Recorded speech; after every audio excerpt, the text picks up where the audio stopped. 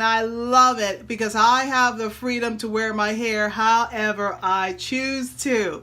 Okay, I can express myself however I feel. If I feel curly, I'm going to do curly. If I'm going to do straight, I'm going to do straight. If I'm going to do blonde, I'm going to do blonde. If I'm going to do black, I'm going to do black. If I'm going to do brown, I'm going to do brown. If I want to do pink highlights, I can do that. It's my right. It's my freedom. It's my way of expressing myself, and it's just a beautiful thing, lady. And let me tell you, ladies, you can add hair enhancements to your life, especially when you're on the go. Okay, you don't got that extra 10 minutes to fuss with a dryer or a brush.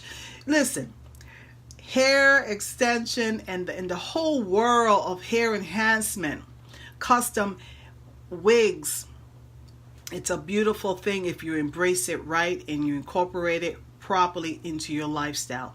It's a time saver. It also provides